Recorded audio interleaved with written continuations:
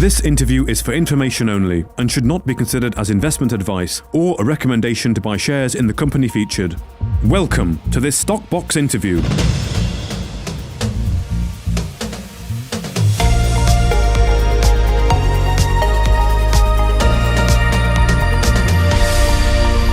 Botswana Diamonds has got off to a busy start in 2025, last week announcing both the passing of all resolutions at its AGM and its application for 3 new prospecting licenses to secure key anomalies identified by its AI-driven exploration program. Now, today we're joined by Botswana Diamonds Managing Director, James Campbell, a Stockbox regular. Now, a very warm welcome to you, James. Last time we spoke to you, James, you mentioned that the company was planning to secure ground hosting some of the anomalies highlighted by your exploration program, which you've now done. Can you tell us what it was about these 3 new license areas and the Kimberlite anomalies that they contain in particular that made them your priority? Thank you, Pam. Thank you very much indeed for having me and having Botswana Diamonds on our first session of the year. For the second half of last year, we commenced a countrywide exploration program using artificial intelligence. And how we did that is we had a large amount of our own data, 95,000 square kilometers of data, 375,000 line kilometers of geophysical data, and the list goes on. And then complemented with that is a very detailed geological and geophysical data set provided by the Botswana Geological Institute. And there we looked at combining these two together and looking to see where we would find kimberlites. And we particularly looked for something called Group 2 kimberlites. Might sound a little bit technical, but most of the kimberlites in Botswana are Group 1. The larger mines are Group 1. KX36, which is one of our discoveries, which was found by painstaking research by Petra, is a Group 2 kimberlite, and it's a high-grade kimberlite. In South Africa, we're working on the Marsfontein and Thorny River kimberlites, and these are Group 2. Group 2 tend to be very poorly magnetic and much, much more difficult to find. So we used artificial intelligence to look for these.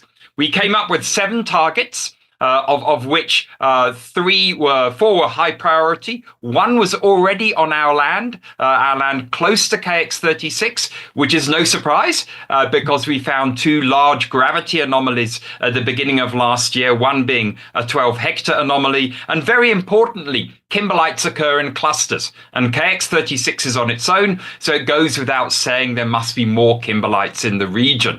So what we did is we obviously kept all this information close to our chest, as one does in the exploration game, until we've actually applied for the licenses and got the nod from the geological survey that we would get the licenses, obviously passing technical and financial considerations, which we always have done in the past.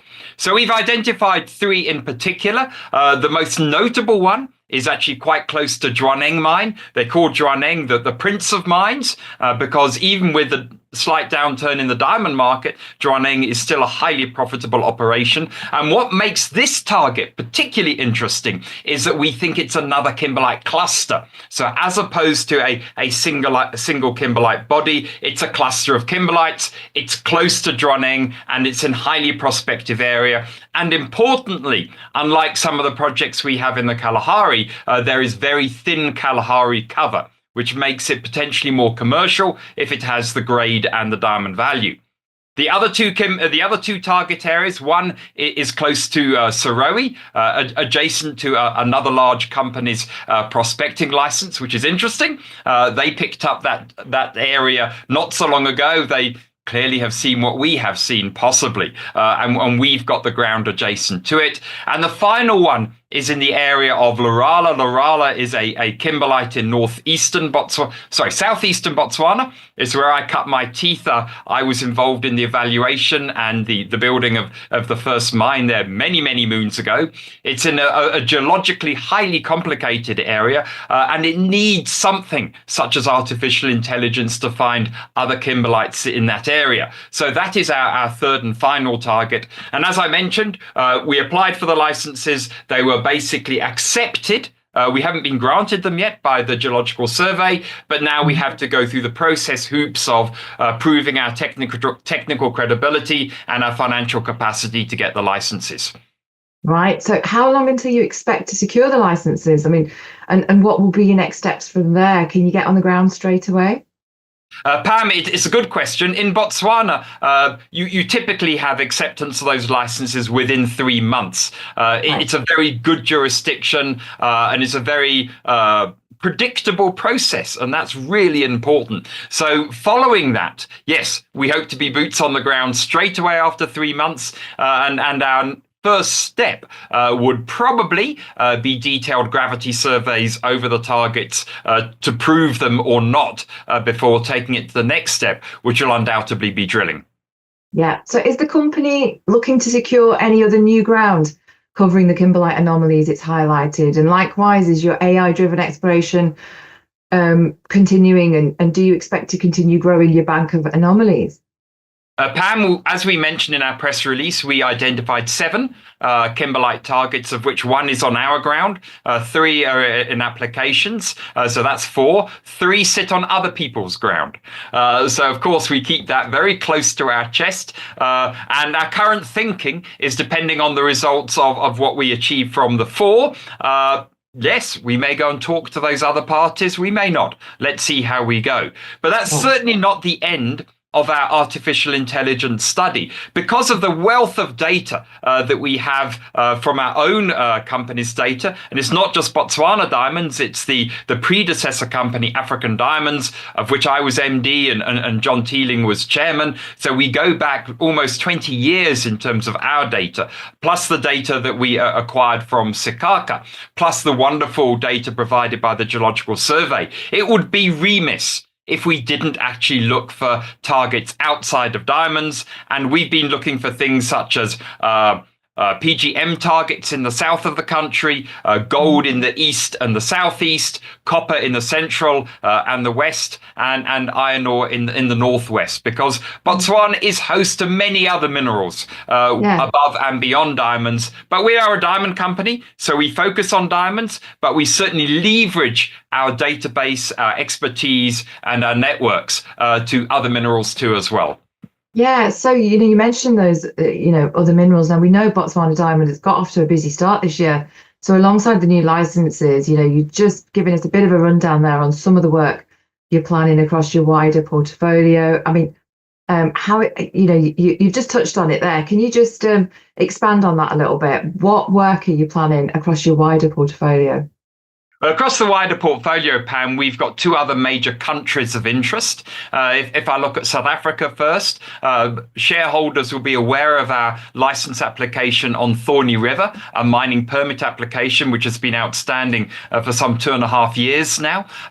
We have very good indications that it will be granted within the next couple of months. And that's not just me saying it. We had environmental approval in December of last year. And environmental approval is basically a precursor to granting of the license after following some short processes, which we've actually done and completed now as well. So I hope that one of the Thorny River licenses will be approved within the next kind of couple of months. We also have a very exciting prospecting license close by Thorny River at Marsfontein, where we have something called M3, which is a blow on the Kimberlite dike. Now that might sound very technical and academic, but Marsfontein, which had the world's fastest payback of any mine of 3.5 days.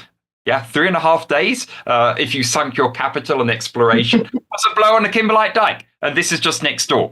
So that's something that we actually wish to explore. And the other project we're looking at is something called Ray Velo. This is a cluster of kimberlites in the Northern Cape.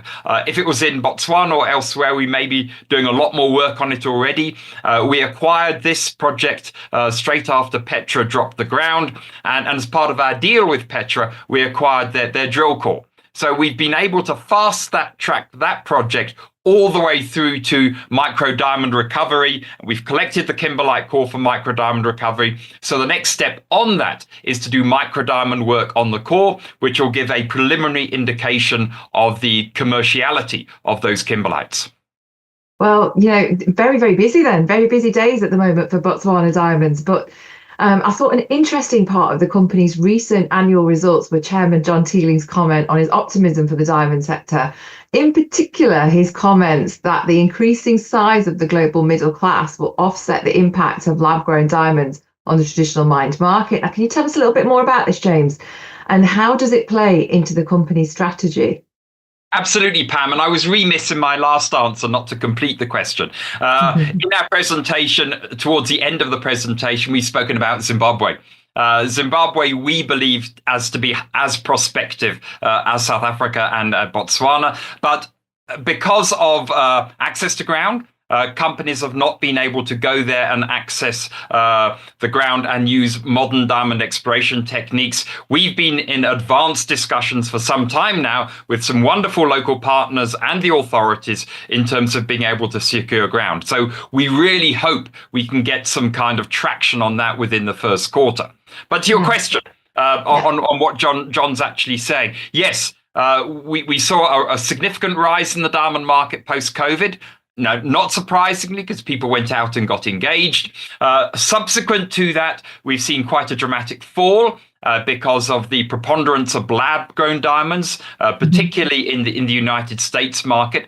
But what we are now beginning to see, like the fruits of spring, is that your consumers want something which is genuine and authentic and real. And you can't, and maybe I'm being horribly old-fashioned here, you can't go and start the beginning of a lifelong relationship with something synthetic born in a laboratory, or it's actually not a laboratory, but a factory in an industrial press. You want something that's authentic, it's real, it's rare. Real diamonds, unique, because each natural diamond is unique, and it was born in the earth, in the bowels of the earth, over 3 billion years ago. So that is one of the best ways to actually start a long-term relationship. And we're beginning to see the signs of the natural market beginning to come back. And I compliment De Beers here, because they've been doing some very strong marketing in terms of natural diamonds, which is really important, because the consumers need to be aware of the value proposition of natural diamonds.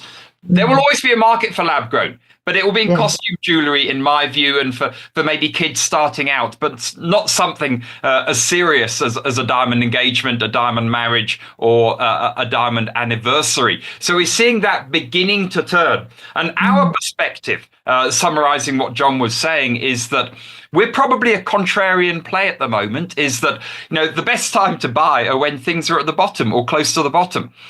This is where we believe we are at the moment. History shows us that, before the kind of dawn, things are actually quite bad. We see the dawn beginning to approach, and we feel this is a great opportunity to get into an undervalued diamond stock, into what is the Switzerland of Africa, which is Botswana. Yes.